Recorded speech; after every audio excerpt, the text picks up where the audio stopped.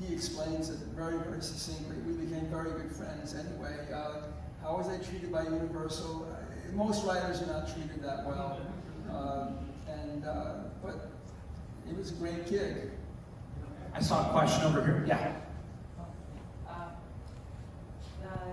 Towards the beginning of the film, when they're going to the attractions, there's the two-headed cow that a decent shot at.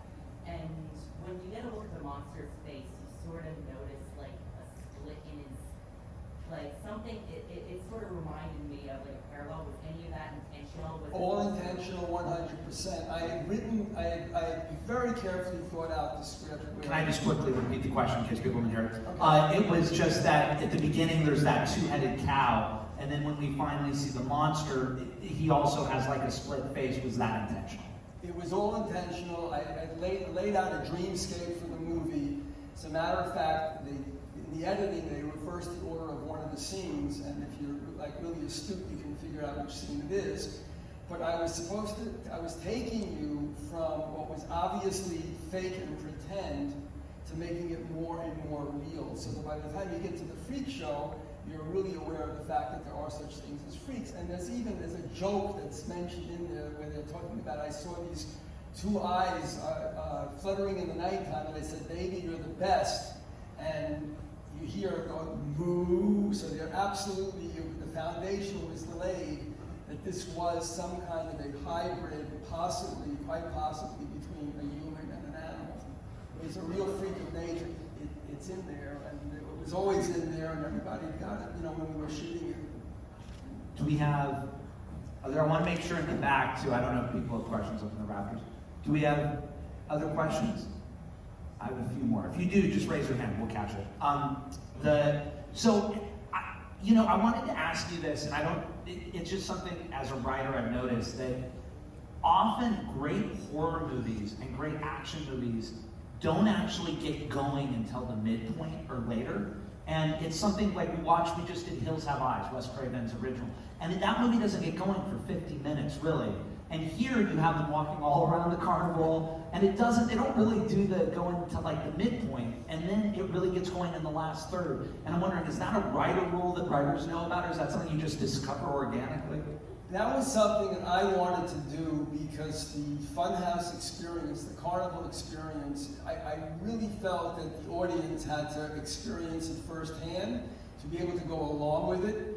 And also, a lot of critics commented on the fact that it basically gives you a false sense of security, that this is all fake, this is pretend, that's why the the magician scene is in there, but it's getting deeper and deeper, and then it gets out of control, and to me, that false sense of security that you're being lulled into just makes, when the fireworks start, it makes it much more powerful. And I do have to ask this. I was up there watching it, and so I have a tendency to talk out loud, so I was trying to be quiet. But when the hunk boyfriend is buried in the axe of the dude's head, that was amazing. How do you I saw that, I was like, whoa! Well, that's irony. Most horror writers write out of paranoia, and to me that's real paranoia. That you just basically, to add insult to injury, you just buried an axe in poor little Richie's head. By the way, Miles Chapin called me up. He played Richie, and I remember again. Tobe says, Miles wants to speak to you. He doesn't understand why he stole the money. Why did he do that? Why did he do that? I need to have motivation. And I said, because you're trying to compete with buzz, you're trying to be a big shot, and it's something that a stupid kid would actually do and then pay the consequences for it. So we're going to do a few more questions before we wrap up. Yeah, over here. How hard was it getting the words to the fortune teller? Because she was straight up we live a long life, and then the card shot the show. Say it again, I'm not hearing. How hard was it to make the lines for the fortune teller? Because she was kind of spot on. She was we live a long life. Oh, yeah. The only line I wrote every line in that for the. You do research and you become part of the character. What I will say about Sylvia Miles, there are two things about her. She's an amazing actress. Would you mind just giving people background if they don't know Sylvia Miles? Sylvia Miles was probably best known for Midnight Cowboy. She played the sort of high-end Fifth Avenue girl who Joe Buck tried to seduce and winds up, she wants money from him. She's done a lot of stuff. A lot of Warhol, right? Did she do a Warhol movie or two? I don't remember. I think she did. We haven't seen it, but anyway, keep on. Anyway, there are two things. One, they called me up, and now I'm going to have to change one line. Sylvie does not want you to say, because I had the line in that you paid $100 for Zena the fortune teller with an ugly face like her. She said, don't use the word ugly, it's not nice, so we took it out. But she did ad-lib that, or I'll break every fucking bone in your body. That was it, and it blew everybody away. It was great. She's a great sport. She thought, and she jokingly later on said she thought this would have destroyed her career. She went on and did a couple of movies. Yes. Can you talk a little bit about the younger brother character and the way people pulling out of the action with him? Well, the Joey thing it's very interesting. The Joey thing, once it was developed, there's a lot more footage. There's when they ran it on TV, they had to cut some stuff, so what they did was they resurrected some of the footage of Joey, and there's stuff where he's reading Hansel and Gretel under the covers, and the witch in the Hansel and Gretel book looks exactly like the witch, the bag lady. So that was that. His parents are obviously abusive. Yeah, there was a scene where his mom catches him reading under the covers, and there's a hint that she actually beats him up for doing that. So that he's an abused kid, but he was great, and he was great. He played it for really real. And really, one of the strange things is I remember when they were editing it, and I don't know if this was Verna Fields. Very interesting thing about writing. The writer, believe it or not, really knows more about the script than anybody else on the set, including the director, except for the actors. The actors, when they make it theirs, the actors actually know more about the characters than the writer ever thought of because they really make it theirs.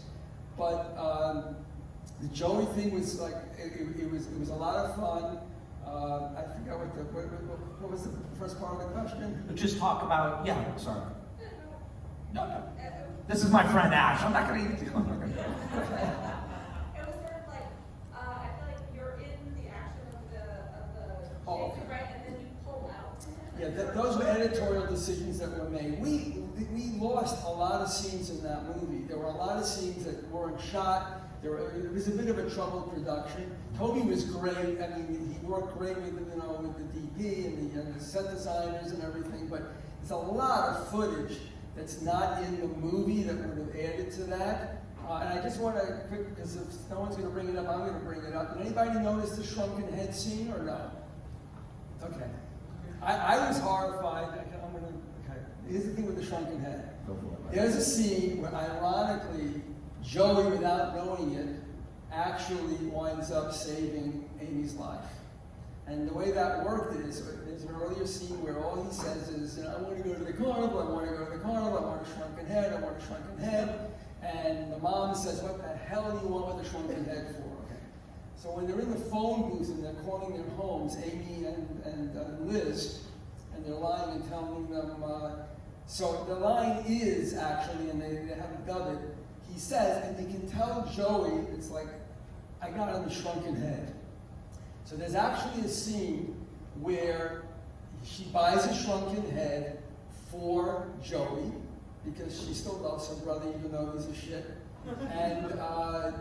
And Buzz ties it around her belt in a loop. And you can actually see it towards the end of the film. And in that final sequence, and you can see it in the final sequence, it's pretty hard to see it on 16 millimeter, you can actually see that it's hanging there, and you're wondering what the hell is this there for?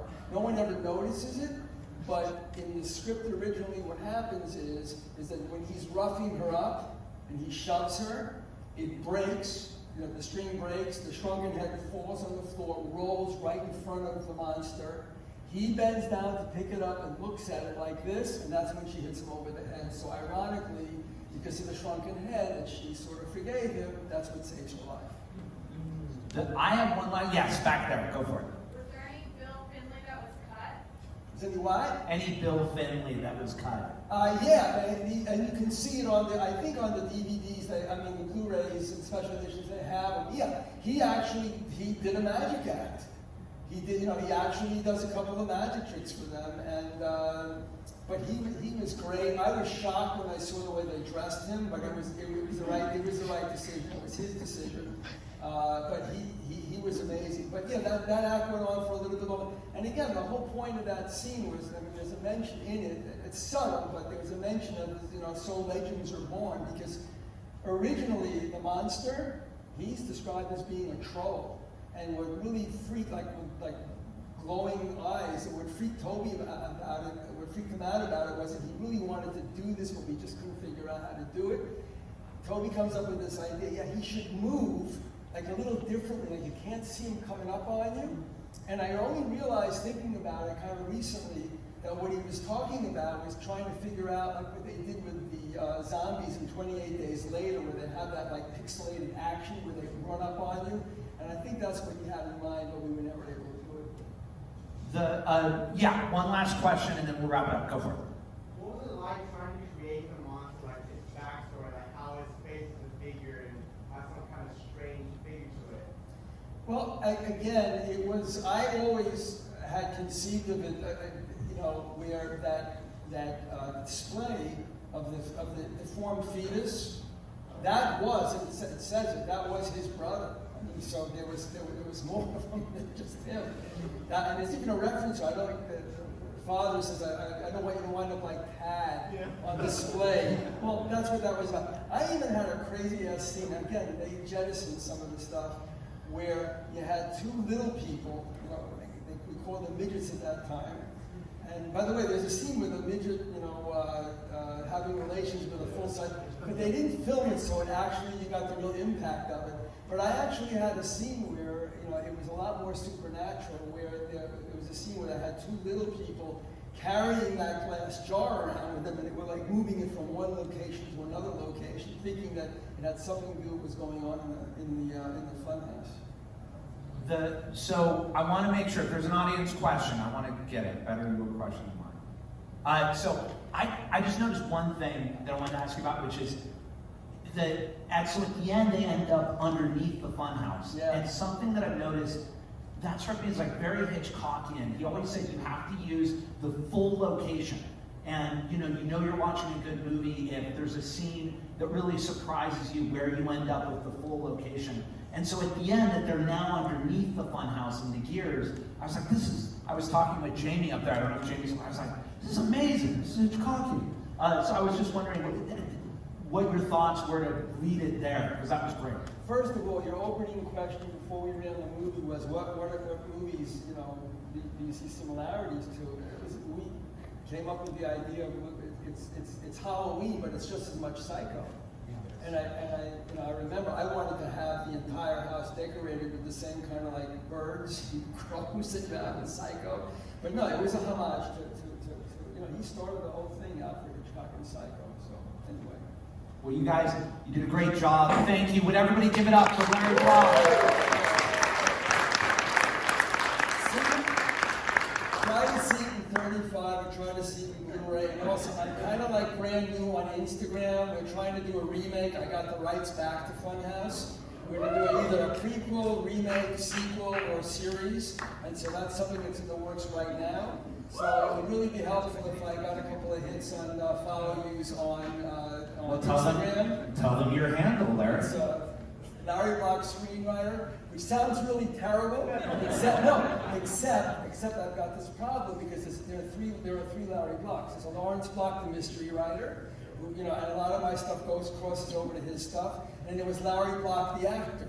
So, and again, it had nothing to do with me, nothing to do with the Funhouse, so I had to clarify it's Larry Block Screenwriter, and that's it. So there you go, at Larry Block Screenwriter. Thank you for coming. Of course. Let's do it again. Yes. Thank you guys so much. Have a good night.